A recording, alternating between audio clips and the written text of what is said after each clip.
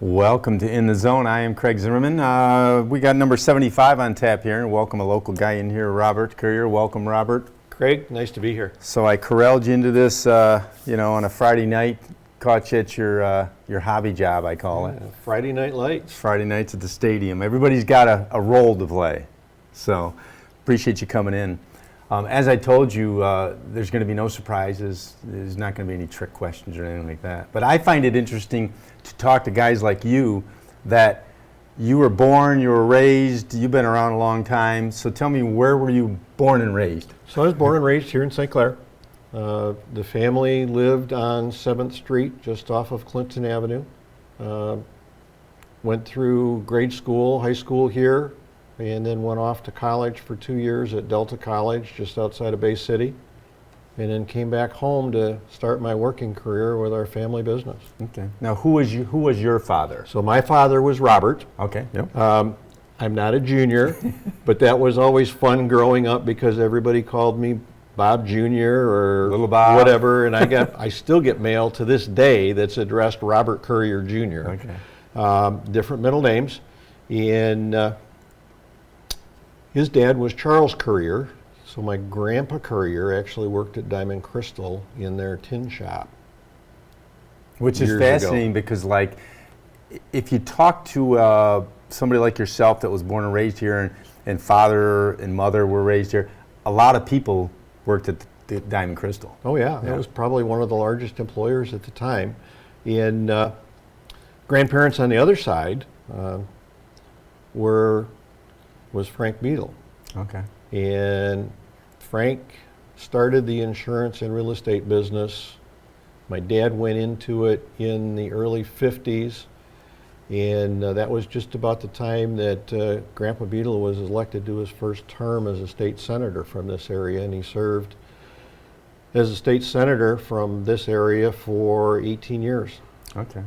You know, it's interesting, on the way up here, I was thinking of you, and we'll talk about this, the many hats that you've had and done, and I was thinking, one thing I don't think you've been on city council, though, have you? I have not. Which surprised me a little bit. You know, I'm thinking, okay.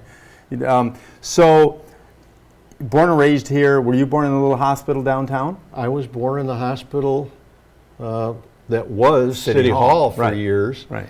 And I was born early on, it was either a Saturday or Sunday morning. And the story my dad tells me is about 3:30 or so. Sarah Langley was the charge nurse at the hospital at the time. I was born, everything was done. She walked out, she grabbed my dad and she says, okay, my work's done. You need to take me to Mass. And Dad drove her to 6 a.m. Mass at St. Mary's. Okay. That's very interesting. I was born in the same hospital, so I find it interesting. Yeah. And it's like, you know, and the thing is, too, is that some of our local residents that you and I may know, they don't have memories that there was a hospital in town or where it was, because the building no longer exists. Sure. You know, yeah. But it was City Hall for a number of years, and I haven't interviewed anybody yet that had a job there. Maybe I got to find somebody that had a job with it when it was the hospital. So we got to find somebody in town, maybe. So you have to think on that. Yeah, I'll have to think on that. Yeah. So, siblings. So I have two brothers, both younger, 6 and 8 years younger. My brother Tom, ultimately, when I went into the family business and took it over from my dad after about 13 years or so, and I decided I was going to do something different in the world. Mm-hmm. My brother Tom had come in and had been with me for a couple of years, and he ultimately took the business over.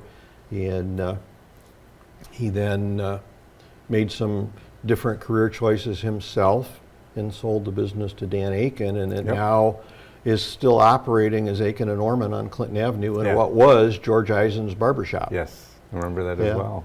And then youngest brother David, he lives in Livonia. Tom is still living in the area. My brother David lives in Livonia with his wife. They've got 2 grown children. Both Tom and David have 2 grown children, all doing well. Okay. And so, do you have children? No. Okay, no children. So you went to St.Clair High School. I did. And did you graduate from the high school in its format of where it sits now? Yes. Okay. I graduated from St. Clair High in 1973, and if I remember correctly, there were 213 or 14 in our graduating class. Which is pretty good size. Yeah, a good sized class at that point in time, and we just had our 50th class reunion this past summer. How many people roughly were there? So there were about 40, 45 from the class that were there. And I'm Good time. assuming, generally when I hear and see of these things, so if you had 40, 50 people, a third of them are probably people that are still around, and then some others aren't.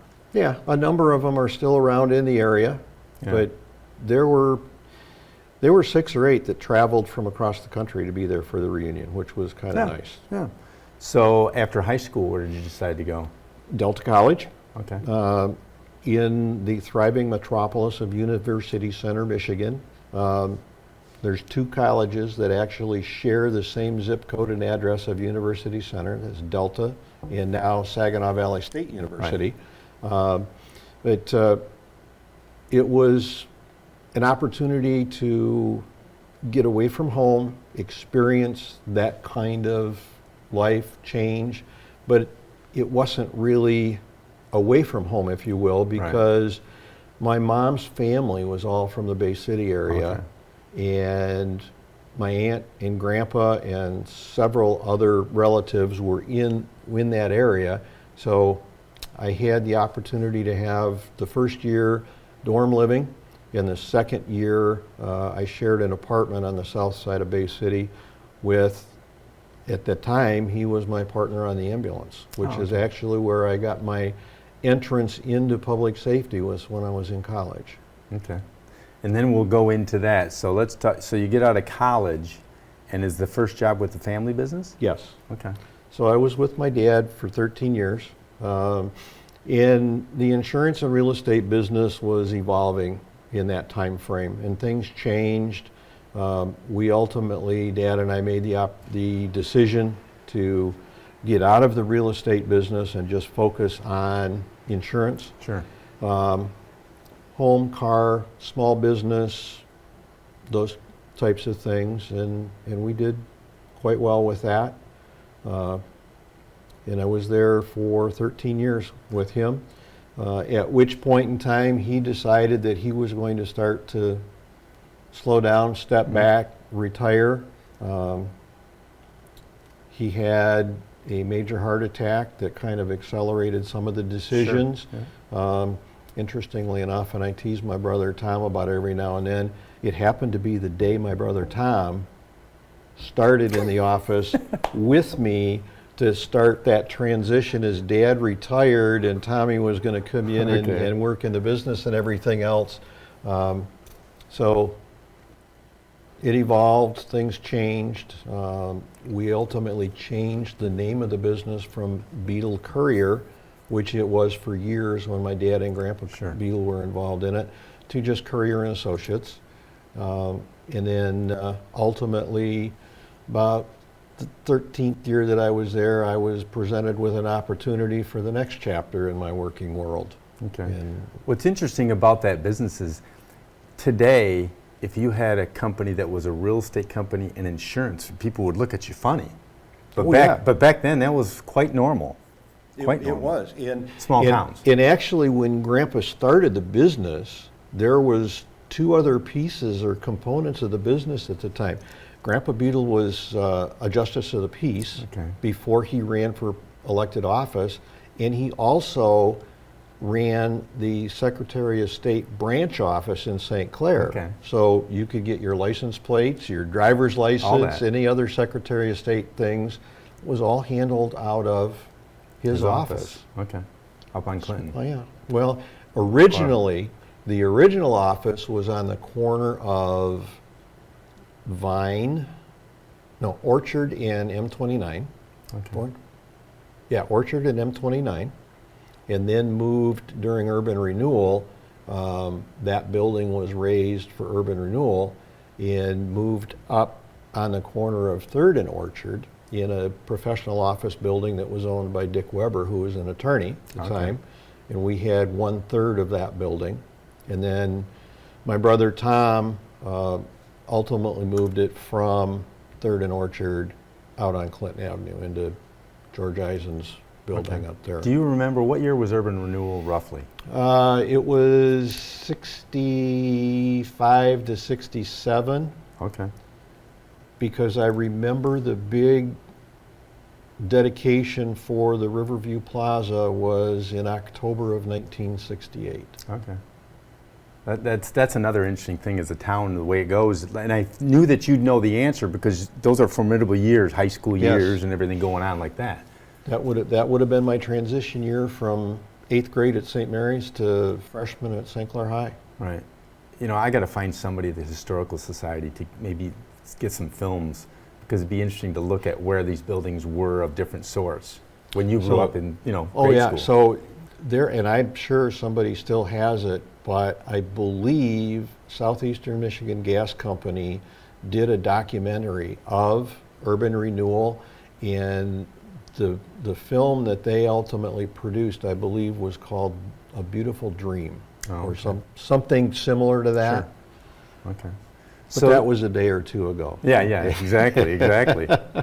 Well, it's like I can remember a little bit of that, just a little bit of it, some of the town. I remember going to our doctor's office, Dr. Beer's office, and I remember it being in an old building, and so there's, I remember some of those things. So Dr. Beer was downtown, his office building was on the river. Right across the street from the library that was downtown on the river, and Dr. Clifford's office was on the opposite side of South Riverside, down towards Clinton, right next to Gleam's Meat Market. Right. That's very interesting. So you're in a family business and probably going fairly decent. And it was business going is very brisk. well. I had a hobby, if you will, or an avocation at the time. When I was in college, I got interested in pre-hospital emergency care. Worked for an ambulance company in Bay City for 2 years, came back home and became a member of the St. Clair Fire Department. Sure. And that was all in the background. It was volunteer. Yep. So when a call came in, you dropped what you were doing and you took care of the call. Right. And the fact that our office, the insurance office, was 4 blocks from the fire station during the day, a lot of times I moved the equipment. The whistle's going off, you're there in about Yep. a minute and a half. So a lot of interest there. I also got involved in other aspects of public safety as a volunteer throughout the time. The emergency services or emergency management coordinator for the county at the time that I was in the family business reached out because he wanted a representative on his advisory group from the insurance industry.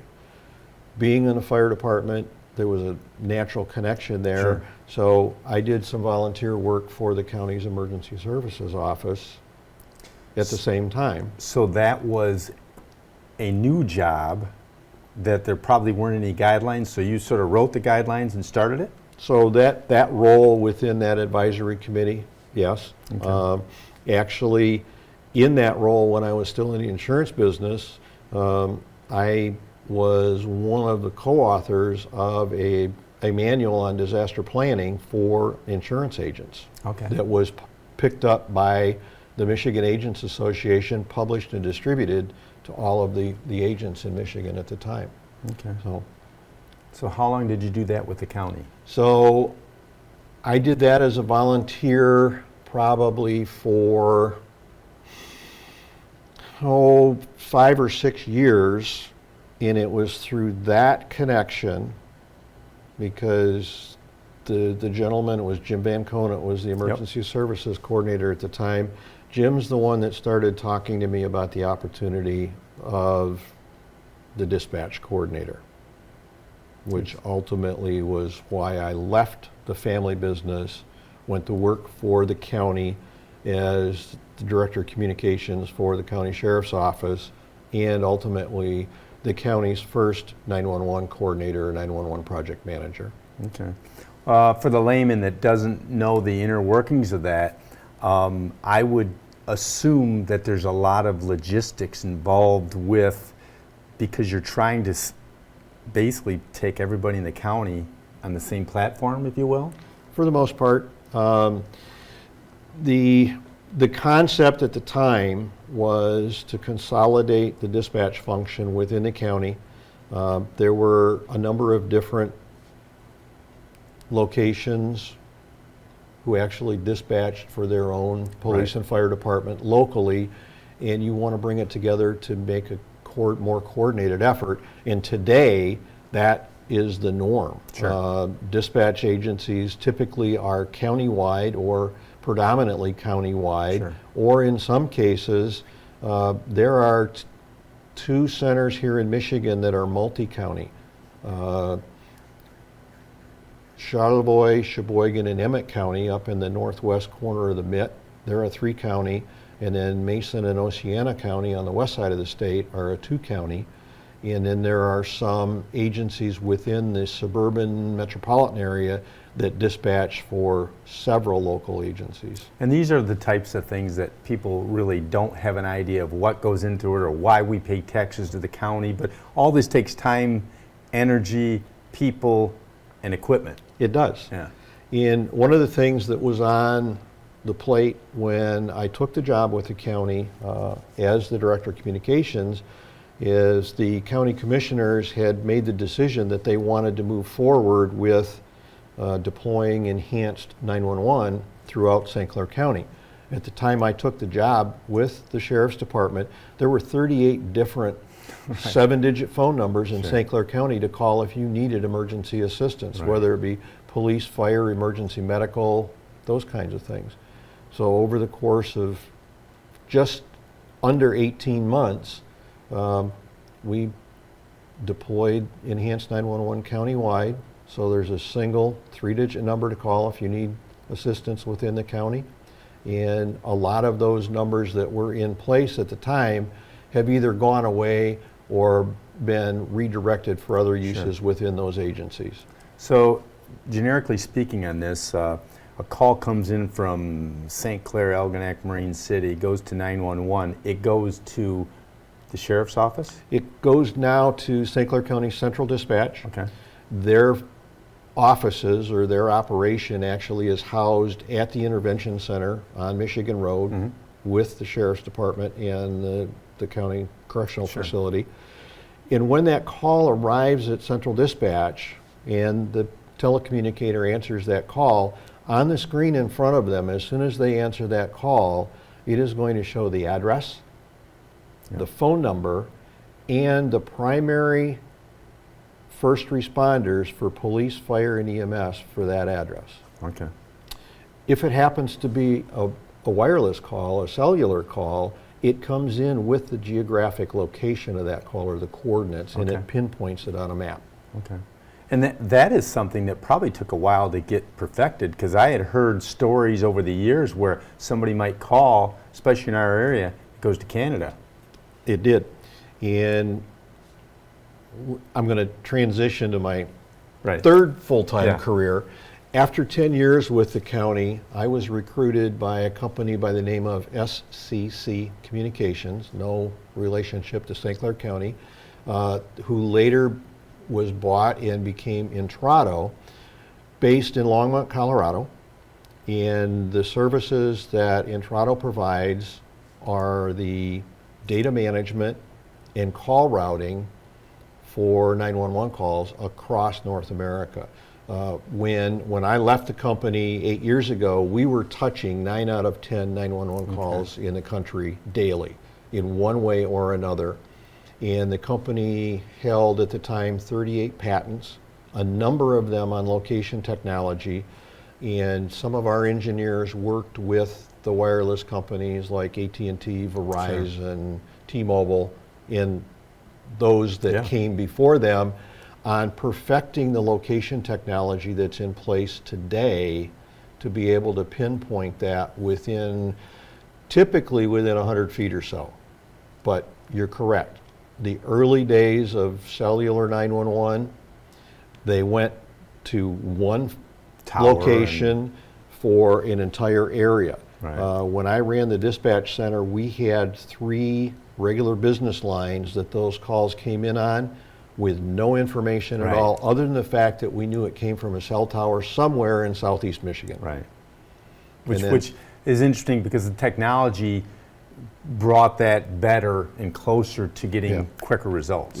It did, and it has, and it's amazing technology, and even beyond that, you are able to text the 911 center now. So if you have a situation where you really can't talk, if you're in a dangerous situation or a domestic dispute situation and you're trying to hide and stay Sure. safe in your home, you have the ability to text 911 Okay. and they can have a text conversation with you, and the same kind of location They information can pinpoint that is person delivered Okay. Very interesting. right to the dispatch center. Yeah, that's fascinating stuff. And then, this is one of those things that goes off into the weeds, but you look at the way police protection and policing goes. I mean, this technology is right into that from the standpoint of somebody commits a crime. I'm sure that the police headquarters, they're putting telephone numbers in and checking where they're at. And there was one case here a couple years ago that I remember some crime was committed in Port Huron, and within an hour or so, they caught the guy somewhere in Oakland County. They did, and there are protections in place on both sides of the equation for the citizen Sure. and the public safety agencies, but law enforcement has the ability to get the location information on a call within Yes. certain parameters. They can do it either with or without a warrant. If it's what they consider exigent circumstances, where if somebody's life and safety is imminently in danger, they can get that information right now. Sure. So the technology has increased immensely from when we initially deployed the Enhanced 911 in Right. 1996. Interestingly enough, on the 11th of September, 1996, at 11 minutes after 9 in the morning. And that's before people flew planes into Right. tall buildings on the 11th of September. 911 was a big day, or 9/11 was a big day Okay. before that. Yeah. And now it's a big day for a whole bunch of other Right. reasons. Right. Very fascinating how this, in a relative short period of time, how this technology has really advanced things. It has. Yeah. It really has.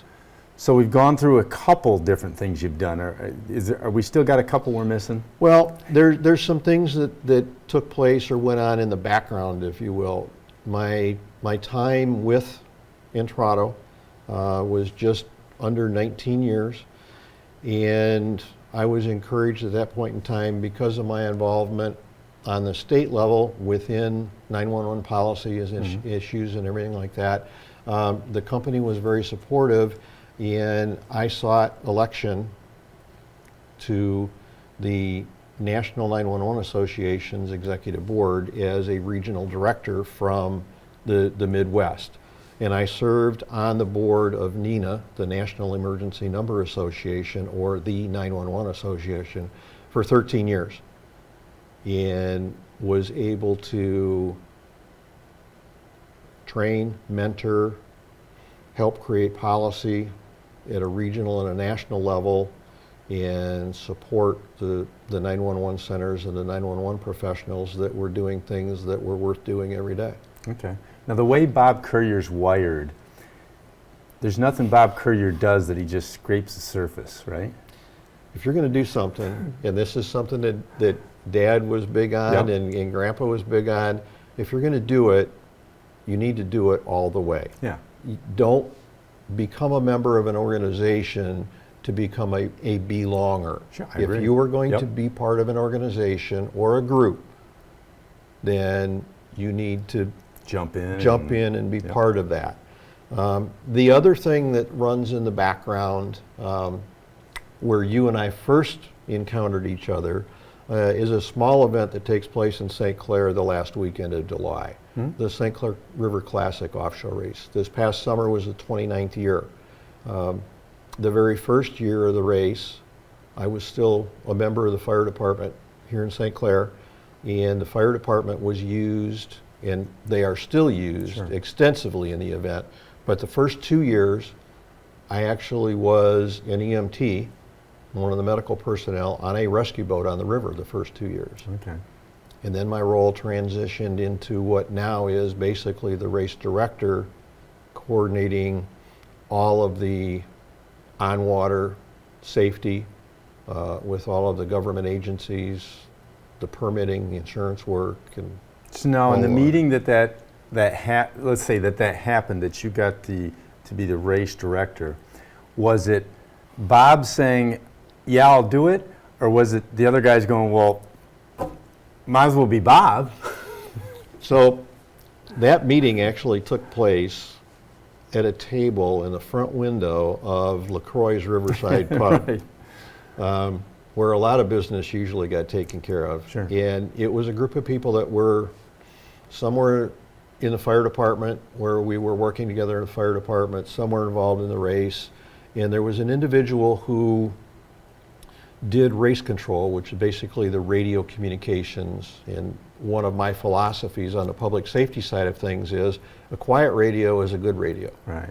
That radio is a tool, and it's there to be used when it's needed. Right. And it's not like you're doing play-by-play Right. for Football game or an something. athletic Yeah. event or something Yep. like that. Two different concepts. Yep. And I looked at these guys and they said, "You can do race control." And I said, "I don't know anything about powerboat racing." And this is another one of those things I wish for the scrapbook of life you would Right. have saved. One of the guys took a napkin and he started drawing on this napkin, and I looked and I said, "Well, those are fire trucks." And he said, "Yeah." And I said, "Well, what's this?" "Well, that's the river." I said, "Well, you can't put fire trucks out on the river." He says, Right. "Just work with me." Yeah. It's a concept. And logistics. He says, Yeah. "You do a great job," and these are some of my peers from the fire service and other community organizations. "You do a great job running a fire scene. So just Right. change the image, right. if you It's will." a boat instead of a truck. Right. And, So that's where it began, and then I have a difficult time, and my dear wife tells me this every now and then. You just need to say no once in a while. Yeah, yeah. But it kind of evolved, and it has become, the St. Clair River Classic has become a major event in St. Clair. Sure. And being a hometown kid, while I don't live in St. Clair these days, Right. I want to see that event continue and prosper and do well for the community and give back to the community. Right. And very noble thing going on, for sure. Yeah. And so then your other, I won't call it a job, it's a pastime on Friday nights at the stadium. So, that's another one of those things that tends to be small town-ish. There's coaches, there's players, there's people in the concession stands, there's custodians keeping the grounds clean. And somewhere along the way, somebody called you and said, "We're short a man."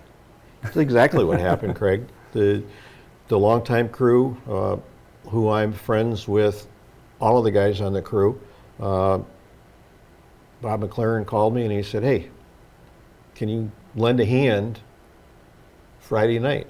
I'm short a guy on the chain crew." "Okay, what do I need to do?" And that was how many years ago, roughly? 15 or so. Yeah. On our current crew, I've got the least seniority on our current Right. crew. And I think I mentioned to you before, we talked a little bit before the camera went live, but the Marine City crew, the St. Clair crew, your crew, the Marysville crew, these are crews, they're all experienced at doing that. And it may, some people go, "Oh, what's the big deal?" Well, I'll give you an example from Channel 6 for me doing the games. It's a big deal because I'm watching that stick every single time. I'm watching the stick and the official over there where they're going to put it. Sure. So it's interesting. It's all part of the game. It's all part of the game. It's a tool for you. Yeah. It's a tool for the coaching staff because they look and they say, "All right, here's the down box, and our yard to gain is Right. 4 yards down the field where one of the sticks is." And there's a lot more to it than just yeah. standing on the sideline holding Yes. the stick or the down box or the guy on the clip Yeah. with a clip on the chain. make sure if you have to drop the Right. sticks, you know where it's going. It's going. Exactly. And then that's like sometimes I'll be in the booth and I'll be yelling at Bill Durrell. I'll say, Bill, that's not 3rd and 4, that's 3rd and 5. You know? So the other interesting thing is that there's not a better spot to watch a football game from the sideline where you're at. It's the best seat in the house. Yeah, it is. You're right there. Depending on where the line of scrimmage is, and I'm one of the guys on the sticks, so I'm less than 10 yards from the line of scrimmage at any point in time. We're on the visitors' side of the field, so you get to listen to the visitors' coaches and their passion. Right, exactly. It's also funny, too, is that when you're doing something like that, you sometimes don't sense maybe as quickly as they are coming right at you. I'm sure you've been mowed down a couple times. Well, last Friday night, plays coming to the sideline, and I started to move, but almost not quick enough. I dropped the stick and backed away, but one of the players wound up right on top of my feet. Right. So you need to move quick when you're on the you need sidelines. to pay attention, exactly. So. But in the other thing that's kind of neat, you mentioned the longevity of the chain crews or the sideline crews in the area. It's nice when the officials come up, and before every game, they'll come up, introduce themselves, see if there's any questions, and a lot of the referees and some of the other officials that have been doing work in the area for a while walk up and said, "Oh, how you guys doing?" They know you. And they know you, they know that you're comfortable with the job that they expect us to do.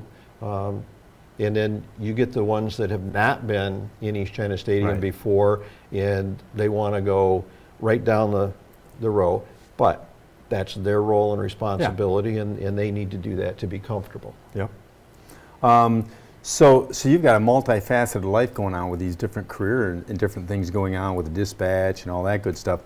It seems to me like the question on here that when did you decide to, it seemed like it was just a passion of yours with the fire department. That's where it started?